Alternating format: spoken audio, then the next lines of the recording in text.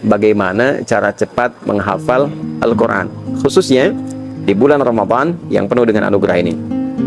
Teman-teman, yang pertama, bersyukur bila kita mendapati Ramadan, karena Ramadan adalah momentum yang paling cepat, momentum yang paling tepat untuk mengkhususkan diri menghafal Al-Quran, karena sifat-sifat waktu dan keadaan yang meliputi Ramadan memudahkan setiap muslim khususnya untuk menghafal Al-Quran.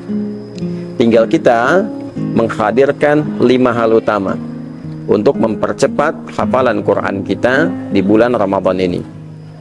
Baik, dengan cepat kita sampaikan. Yang pertama, hendaknya setiap kita menghadirkan niat paripurna, betul-betul berniat ya ingin hafal Al-Quran.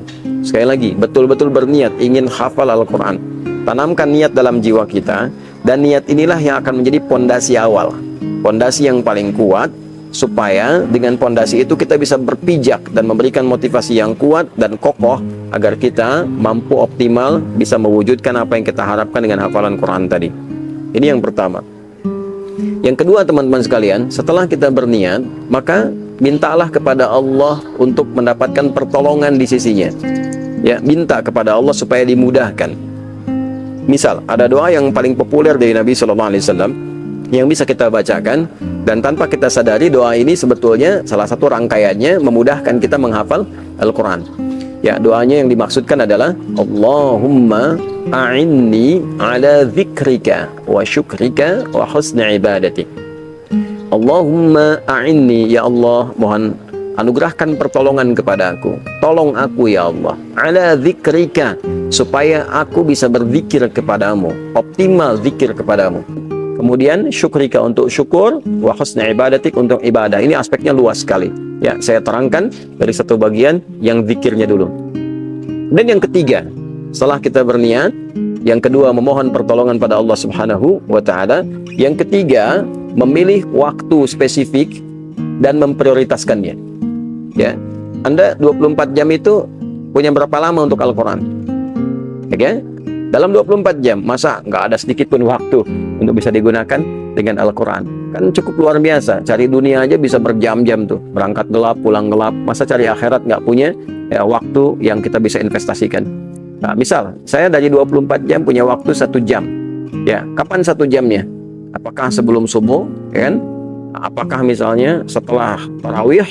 Ya, ambil waktu yang sangat singkat. Atau bagi 2. Saya mau ambil setelah subuh setengah jam lagi setelah tarawih, dibagi 2 bagian. Ya, maka setelah Anda menetapkan 1 jam itu, taruhlah dibagi 2 tadi, jadikan sebagai prioritas. Ya, kalau sudah prioritas, artinya sudah tidak bisa diganggu gugat. Ya, tidak bisa diganggu gugat. Kalau sudah pada waktunya, itu hanya untuk Al-Quran saja. Yang lain menepik. Ya, maka silahkan ditata ke waktu-waktu lain.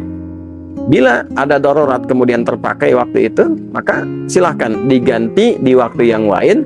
Yang terpenting adalah konsistensi Anda menempatkan 1 jam sehari bersama Al-Quran, itu bisa optimal. Baik, yang keempat, teman-teman sekalian, ini juga tidak kalah penting. Setelah, sekali lagi, kita berniat, berdoa memohon pertolongan Allah, mencari dan meluangkan waktu sebagai prioritas untuk menghafal Quran. Yang keempat, ini menjadi bagian yang terpenting untuk memulai, mencari guru yang baik. Mas ya, mencari guru yang baik. Nah, ini penting karena Quran itu sampai kepada kita dengan metodologi talaqi. Ada guru membimbing. Ini menjadi dasar kemukjizatan terbesar, salah satunya untuk Al-Quran. Sehingga dengan itu terjagalah Al-Quran itu. Ya, baik itu bacaannya pun demikian juga tulisannya di mushaf. Jadi teman-teman, cari guru yang baik, yang bisa mengecek bacaan kita, yang bisa kita dengar sebelum kita baca, sehingga nanti ketika menghafal, kita menghafal yang benar. Jangan sampai menghafal yang salah, ya, yang dengan itu membutuhkan perbaikan yang panjang, sehingga lelah kembali waktu untuk mengulangnya, untuk memperbaikinya. Dalam kondisi sulit mendapatkan itu semua, ya, misal saya agak kesulitan mendapatkan guru yang tepat dalam kondisi kekinian. Sekarang fasilitas sudah mulai banyak. Ada murattal misalnya, ya, caranya nanti secara spesifik bisa Anda dengarkan dulu. Ya, setelah Anda dengar, ikuti bacaannya baik-baik, gitu kan. Nah, setelah itu, setelah merasa baik, merasa benar, baru kemudian kita coba untuk memulai hafalan kita. Ya, jadi siapkan guru dan perangkat yang benar, ya. Yang kelima, yang terakhir, teman-teman sekalian, nah ini tidak kalah penting, yaitu kesungguhan dan kesabaran dalam menjalaninya.